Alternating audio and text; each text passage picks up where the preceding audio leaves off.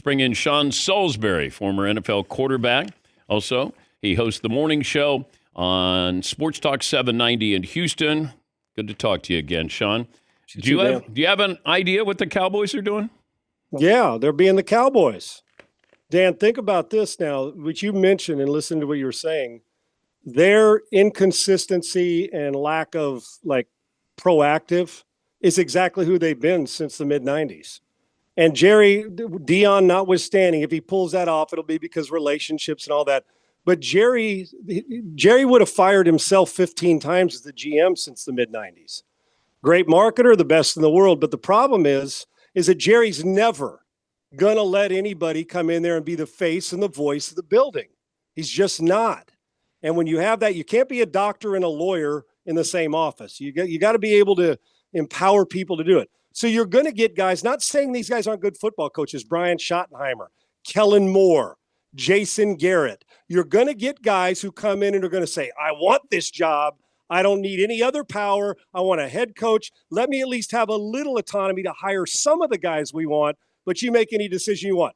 It's not going to be somebody with power that wants to run the building, not only the groceries, but also put it out there and be the guy in the hallway after the game that's doing the press conference. As long as Jerry continues this, the Dallas Cowboys will be who they are, a January, if they're lucky, team.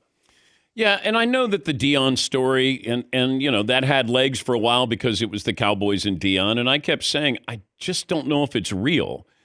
I still don't know if it's real, but I did see an article that said Colorado is upping its contract talks with Dion. Of course. What a coincidence. Yeah, shocker. Yeah. Hey, if you're not really looking for the job, the best they can do is bring out the pro interest and you'll get paid. But Dan, real quick on that, I thought good for him. Hey, if you can get it, go get more money. Sure. But the Dion talk, there's a lot of familiarity there. If Dion was going to get the Cowboys gig, and I mean, maybe it'd be awesome. Wouldn't he already have it? What are you waiting for? This is who the Cowboys are. Wait till everybody's gone and then say, well, we're going to hire Dave Campo tomorrow. Not that Dave Campo wasn't a good coach, but now Jerry still gets to be the loudest voice and the biggest face in the building. That's not changing, Dan, regardless of everybody's wish. Why does the appearance that the Chiefs get more calls than anybody else? Why is that? Whether it's based in fact or based in fiction, there is that perception. And there are numbers that show when they play their last 11 playoff games, they're 10-1, and the disparity between the penalties on them and the disparity on their opposition. Well, Dan, why it seems like it is because they do. Yeah. You're right. Now, I understand Bird and Jordan and Kobe and all the guys LeBron getting calls because they're superstars. It doesn't mean that should be the case. A goaltending call is a goaltending call in basketball, right? Should be, no matter who the guy is blocking a shot. In football, why is it that the Bradys or the Stars are supposed to get more calls than the backup? Hell, the backup needs more calls because he's not as good. There is that perception. Maybe they've earned, a different look. When Tony Gwynn took a pitch, umpires, if they were sitting on the fence, called it a ball. Well, it's Tony Gwynn. And I understand that similar feeling here. I don't want to diminish because, listen, you could slice it and be as pissed as you want about the Chiefs and their success. They become the villain now because people are fatigued by them. But they know how to win. They're great situational football. Even when it doesn't look pretty, when the time is right, they always make a play. And then every now and again, you'll get a call that was a phantom call, and the perception is that's how they win all their games. That's not true. The Texans got their ass kicked because they gave up 8 sacks. They special teams was horrible, and you let it, their offense with Kelsey do whatever they wanted. And the bonus is that you get a couple phantom calls on Mahomes.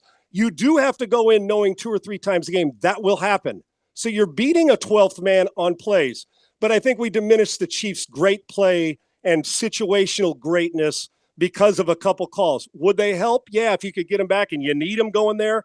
But that's not the reason they keep winning. They keep winning because they got more guts and stones at the right time than most of their opponents. But make no mistake, they do get superstar treatment, and you and I both know it. Okay, so moving forward, the NFL will do what in the sliding rule or protecting the quarterback? Or, and Mahomes has admitted that he's kind of flaunting this. Hey, I'm kind of getting out of bounds, Oh, I'm going to flop out of bounds. Or when you slide, the NFL does have, it's not a crisis, But it certainly is a situation that needs to be tended to. My favorite is all quarterbacks hate the protect. They do, Dan. You've talked to them. Quarterbacks don't like the overprotection. But I'll be damned if the second they get a hit, their heads snap into the official saying, aren't you going to call that? And Mahomes is great at manipulating what the rules are allowing. The little okey-doke by the sideline, step in, extend the ball, know that you're over there slowing down. Maybe you'll get a hit. Maybe you'll get the foul. And he would get it. So he's not dumb. He gets it. Dan, with all this talk, you know what they're going to do? Protect the quarterbacks and players more. That's what they're going to do because the lawsuits and, oh, my gosh, they're going to tell you that they're going to watch it a little better. When all you can never take an 8-carat diamond ring for your fiance and show her it, then go give her the 1-carat cubic zirconia. You just can't do it. And it's the same thing here. You're not going to go here and all of a sudden say, let's back off on the injuries. Even though we all know the rules suck, we overprotect, we've lost the integrity of tackle football, and it adds to it when superstar quarterbacks have it. The bottom line for me, Dan, I hate the feet first slide rule. When you break out of the pocket, we have so many great runners at quarterback now that are, look at Jaden Daniels and Hurts and Allen and Jackson and Mahomes.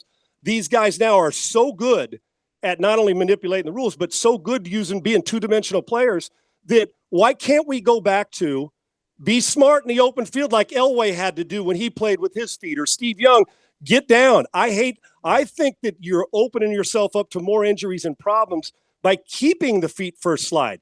Because of the okey-doke. And defensive players, every single rule on the planet is set up for points and a defensive player to get hosed. I'm not sure how you approach a player because the same guy that doesn't take a hit on a legal hit on a quarterback in the open field, you know what their coach says to him on Monday watching tape, Dan? Keep doing that and you'll be looking for another job. Defenses get hosed. It's got to change. I doubt it will, but it should. I can't stand the feet first slide. When you leave that pocket, you become a football player like everybody else and do what everybody else has to do. Protect your damn self or go stand on there and do what I did. Grab Gatorade and hand it to the guy who's out there protecting himself. Okay? You got to. Give me the quarterback under the most pressure this weekend. Well, just by playoff pressure, it's sure not Jaden Daniels. Oh, how special is he, Dan, right? Boy, the poise, everything that's been documented. I think there's, he's a rookie. So I hate the word, well, he's on house money. You never know if you're going to get back. So it's not him. Jalen Hurts, the pressure to throw. If Philadelphia is a pressure-packed city, and if they don't throw it well, that team they're playing can possibly make them one-dimensional, even as good as Barkley is.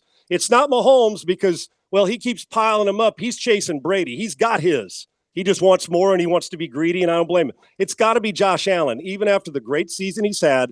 After all, he's the best player in Lamar Jackson not to win a major in the golf course, right, Dan? It's got to be him. He's going on the road.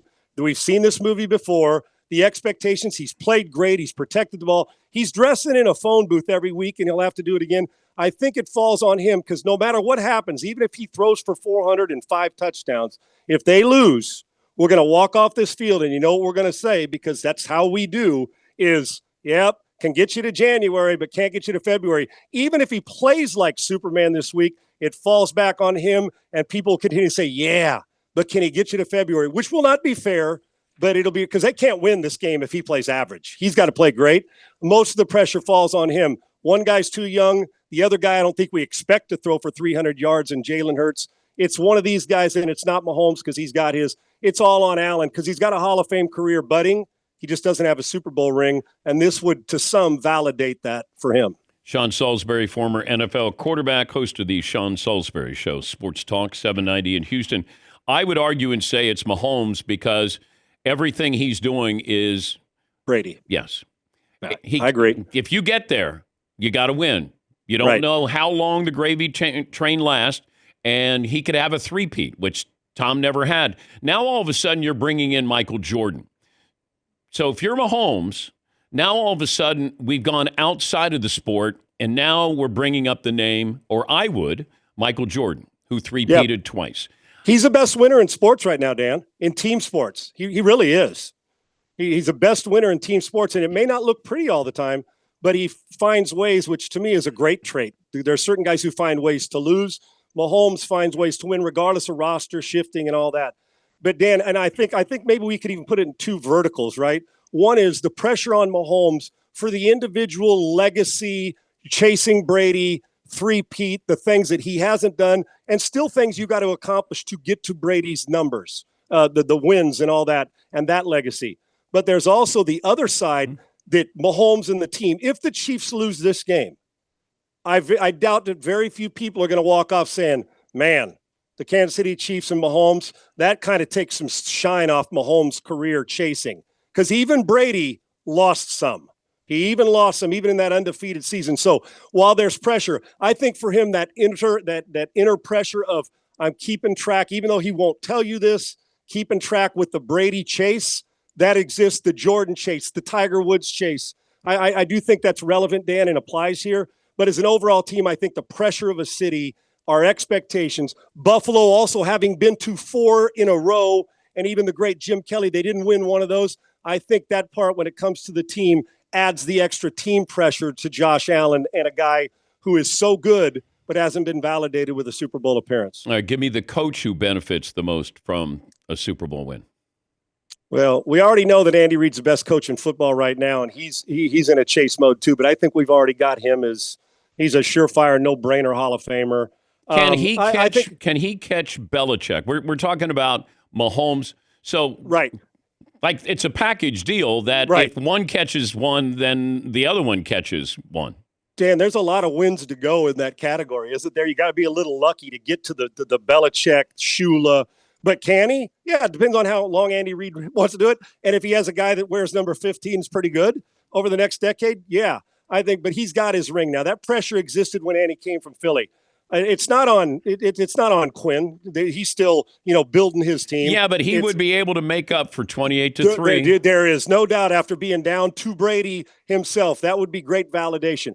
I think because of the pressure, they've been there before. Last year, losing coordinators, and everybody even had him at the beginning of the season. If they struggle, we're going to fire him. The Nick Sirianni thing and the pressure of Philly, okay. I think I'm going to put it on him. And I think Sean McDermott as well in the AFC. You can pick 6 and 1, half dozen the other, because he too has had really good teams. They've knocked on the door and have been there. At least Sirianni's been to his. And plus, McDermott's going against the guy who was his mentor and the guy who had him on his coaching staff in Philadelphia. So probably it's Buffalo or Philly for sure. I don't think it exists other than the interfight for Dan Quinn. But Andy Reid, there's always pressure. It's on all of them. But Andy Reid's career is not going to be diminished, or we're not going to say, yeah, he's not Belichick if he loses a Super Bowl or doesn't get there. Good to talk to you as always, Sean. Thanks for joining us. Great to talk to you, Dan. Appreciate you. Enjoy. That's Sean Salisbury, former NFL quarterback, host of the Sean Salisbury Show on Sports Talk 790 in Houston.